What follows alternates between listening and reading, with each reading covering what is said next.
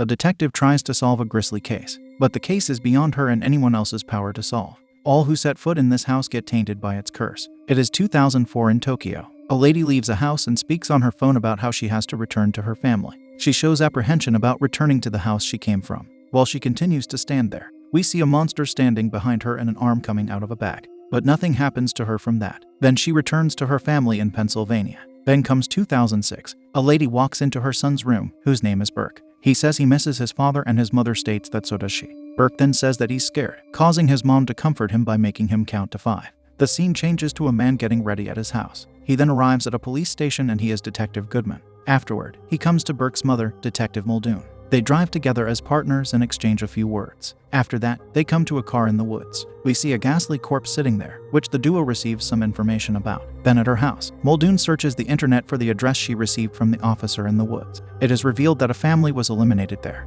Then at work, she looks at pictures of that family. We see that it is the family from the start of the film. While she looks, a man walks in and tells her to put those pictures away because Goodman worked on that case before. After that, Muldoon drives to the house she found. She knocks on the door and states she's the police. After no one answers her, she walks in and finds a lady standing and sobbing in the kitchen. Muldoon asks her if she is Mrs. Matheson and then if she is alone in the house. But the lady takes Muldoon's hand in hers and pleads for her help. When Muldoon starts leaving, the lady screams for her not to. She then notices a corpse sitting on a chair, which causes her to run out of the house. When she gets to her car, she radios for an ambulance. After that, Muldoon drives at night. She sees a little girl on the road in front of her and swerves to the left to avoid contact. She becomes confused as to what that was. Then she arrives at Goodman's house and knocks on his door. He comes out and Muldoon tells him she went to the house and found another body there. Then they sit in his living room and he tells her about the case. He states he can't go down that road again. His last partner was saying that the house possessed spirits. Muldoon expresses her disbelief in that and then they talk some more. In the next scene, it is 2004 again. A lady lies in a hospital bed, getting her unborn baby checked by a nurse. She is Nina Spencer. She and her husband, Peter, then sit in the doctor's office. He tells them there is a high chance their baby will be born with ALD. Then they ride to the Landers' house. Peter, a real estate agent, then comes to the door and knocks on it. Meanwhile, Nina cries in the car. Peter then slightly enters the house and loudly states that he is present. But his words are only met with silence, and we see a grotesque figure emerging from the bathtub.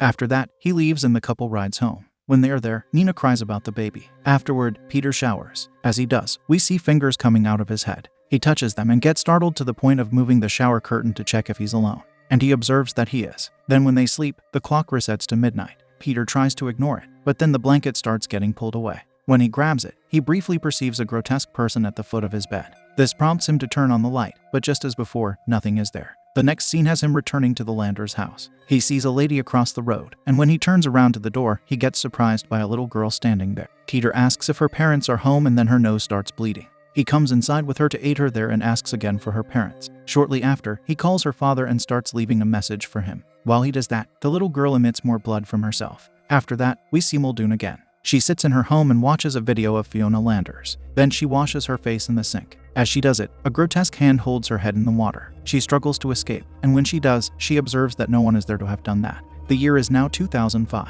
We hear the voiceover of Lorna Moody. We then see her speaking with William Matheson. She asks him about his wife and he tells her that she started getting worse after they moved into their home. Lorna then tells him that for his wife to receive help from her, she has to be mentally capable of it herself. Then Lorna meets his wife, Faith. The lady starts playing peekaboo with someone, and when Lorna asks about who she's playing with, Faith tells her it's Melinda. This prompts Lorna to ask her if Melinda is with them right now. Faith nods her head that she is. Afterward, Lorna tells William that his wife is not mentally competent for receiving that special help. She says to him, however, that she could stay for support for some time. While she says that, we see Faith holding an imaginary Melinda. William then brings Lorna to the guest room and tells her he will go pick up some dinner. But Lorna wants to take that off his hands and says she will go instead. In the next scene, Lorna is shopping for groceries. As she picks out supplies, we see the little girl. She then stands with Lorna and holds her hand. Lorna gets startled and looks around, but finds no one there. Then she drives away with the little girl in her backseat. After that, she arrives back at the Matheson residence and encounters a strange man near their house. She walks in and tells William about it. He checks outside and sees how the man is staring into the window.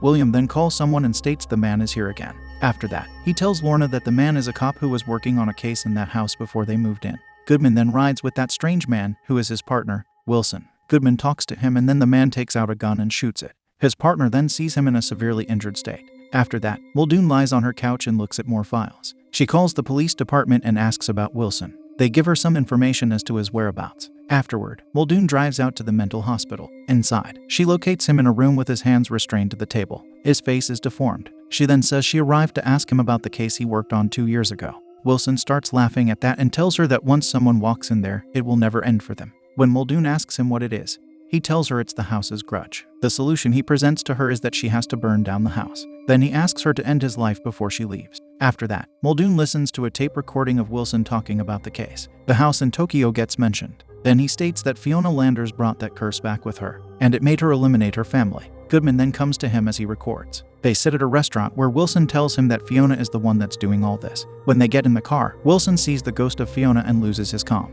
And then Muldoon stops listening to the recording. When she walks in the room, she sees someone else walking behind her. She goes to check on the camera and observes how a man exits the lavatory. That man then tries opening her door. As he does, all the electronics turn off and Muldoon resorts to using her flashlight. She searches the area and then encounters the ghastly figure. When he comes into her sight, he disappears and all the lights turn back on. Another policeman then comes out and Muldoon tells him that Sam Landers is here. She tries showing him on the camera, but he does not show up this time as he did for her. On the next day, Muldoon brings Burke with her to the police station. While Goodman turns on a movie for him to watch, Muldoon looks at some information about Peter Spencer. Then the scene changes to Peter occupying the Landers house. He gets a call from Nina and he tells her that he's still there and can't leave the girl there by herself.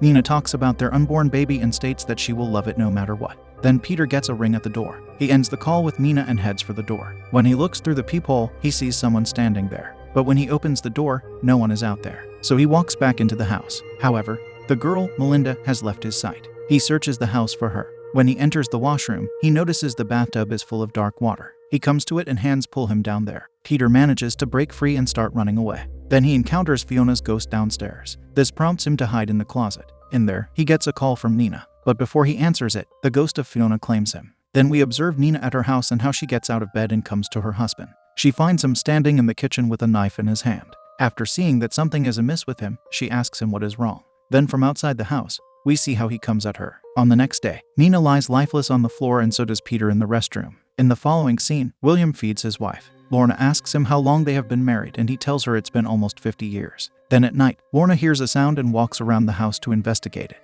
She enters Faith's room and perceives the ghost of Fiona on top of her. She screams after that and William comes out. Later, Lorna tells him that his house is haunted, and he tells her that time acts differently here. He adds that when Faith leaves, this house will let them stay together in some form. On another day, Lorna gets ready to leave. She comes to Faith and sees William lying lifeless on the floor. Lorna questions Faith about what she did and then runs out of the house and drives off in her car. As she does, a ghost appears in her car, causing her to go off the road and crash to her demise. We then come to see she is the corpse that Muldoon visited with Goodman earlier. At the police station, Goodman tells Muldoon that the case was handed to the FBI. He adds that she should stop her questioning it. Then Faith wheels herself in a hospital. She climbs the stairs there and jumps down a good distance to her end. We observe Melinda standing there and looking. Later, Goodman calls Muldoon and tells her that Faith is no longer living. On that night, Muldoon awakens from a sound and starts searching her house. She comes to Burke's room and sees he is sleeping. Then suddenly the lights turn on everywhere. Muldoon then walks the hallway as she hears sounds from another room. As she walks, we see a ghost enter Burke's room. After that, Muldoon discovers that the TV is on and she turns it off. Then she turns off the lights in the restroom and perceives the ghost of Sam Lander. However, he quickly disappears. When she leaves the area, he appears again. Then while standing outside, she hears the dog barking inside the house. So she goes inside and the ghost of Sam follows her. Terrified, Muldoon holds the door, but a force moves it and pushes her to the floor. She then gets up and comes to her son. Then she tells him to come to her. And as he does, a ghost of the grudge approaches her instead. After screaming in fear, she sees that Burke is there and still in his bed. He then asks her what they do when they're scared. And she tells him that they close their eyes and count to 5. After counting, Burke assures her that everything is fine. What follows is Muldoon calling Goodman and having him come to her. She tells him that what happened to Wilson is now happening to her. Then she states she is scared it will make her hurt her son. After that, Muldoon drives with Burke to the Landers' house. When she gets out, she tells him to stay in the car no matter what. Then she takes a gas tank with her into the house and starts spilling the liquid everywhere. As she does, she sees the past events of the grudge unfold. She sees how Fiona ended the life of her husband. Then Muldoon keeps on with her task of spilling the gasoline up the stairs. In the bathroom, she witnesses how Fiona ends Melinda's life. And after that, she sees how the lady took. As she continues to douse the house, her son appears there and tells her that he's scared. And she asks him what they do when that happens. But when he does not answer her, she asks him again. After not answering again, Muldoon tells him what to do. Already, she knows that something is wrong. When he closes his eyes and they start counting to 5, Burke opens them before the last number is reached. At that point, Muldoon knows that it's not her son and throws a lit lighter in his direction. What we see is the burning of the ghost of the grudge. Afterward, Muldoon exits the burning house. She reunites with her son and they leave the area. In the final scene, Muldoon hugs Burke as he is about to go to school. Then in the distance, another Burke walks and tells her how he's going to school. A look of fear then forms on Muldoon's face, and then her son turns into the ghost of the grudge and drags her away into the house.